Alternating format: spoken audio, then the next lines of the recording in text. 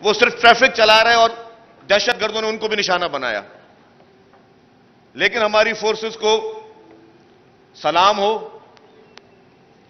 कि जानते हुए कि जान खतरे में है, लेकिन उसके बावजूद जो वतन से मोहब्बत है, जो इस मिट्टी से मोहब्बत है और जो कुर्बान होने का जो जज्बा है, यह जज्बा और कहीं नहीं मिलता। हमारे शौदा हमारे लिए एक कीमती असासा है। शौदा के वालिदैन को मैं सलाम पेश करता हूं, क्योंकि हर पेरेंट्स के लिए, हर वालिदैन के लिए सबसे प्यारी उनकी औलाद होती है।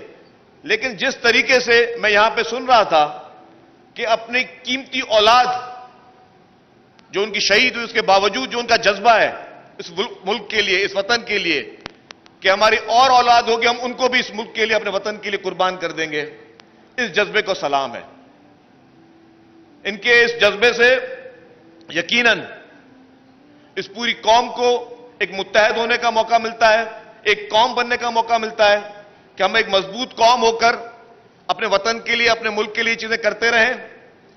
अनफॉर्चुनेटली जिस तरीके से 9 मई को हमारे उन शौदा के मुजस्मों के साथ जो कुछ हुआ वो नाकाबिले बर्दाश्त है। और शहीद की अहमियत सिर्फ वो समझता है जिसको शहीद की मायना पता होती है कि शहीद होते क्या हैं। पाकिस्तान पीपुल्स पार्टी की अजीम कायद शहीद मोहतरमा बेनजीर भुट्टो ने भी इस मुल्क के लिए शहादत दी। हमारे लीडर शहीद जुल्फिकार अली भुट्टो साहब ने भी इस मुल्क के लिए शहादत दी। मोहतरमा बेनजीर भुट्टो साहब को पता था कि उन पर हमले होंगे, उसके बावजूद उन्होंने इस मुल्क के लिए, इस मुल्क की वतन के लिए, इस वतन की मिट्टी के लिए जान का नजराना दिया। तो हमें पता है कि शहादत क्या होती है, शहादत का रुतबा क्या होता है, शहीदों की इज्जत कैसे की जाती है। शहीद आपके असासा हैं। आप किस तरीके से अपने शहीदों के साथ इस तरीके से, जो भी उस दिन 9 मई को हुआ, इन शौदा के लवाहिकीन के दिल पे क्या गुजरी होगी, कोई इसको सोच सकता है? कोई इसको समझ सकता है कि इन शौदा के वारसीन ने क्या सोचा होगा? तो ये हमारे कौमी हीरो थे, ये हमारे कौमी हीरो हैं, ये हमारे कौमी हीरो सारी उम्र रहेंगे। हम सबको इंशाअल्लाह ताला अपनी तमाम फोर्सेस के लिए दुआएं करनी चाहिए, अपने उन जवानों के लिए दुआएं करनी चाहिए जो साला साल अपने घर नहीं जाते, बॉर्डर पे बैठकर आपकी और हमारी हिफाजत कर रहे होते हैं। हमारे पुलिस के जवान जो कि मुख्तलिफ जगहों पे कभी डाकुओं से लड़ रहे हैं, कभी दहशतगर्दों से लड़ रहे हैं,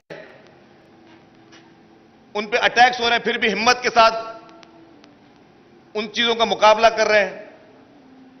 तो इन फोर्सेस का एहतराम हम सब पर लाजिम है, कितने भी इश्यूज क्यों ना हो। लेकिन अगर आप अपनी फोर्सेस की ज्यादा इज्जत करेंगे तो उनका जज्बा ज्यादा मजबूत होगा।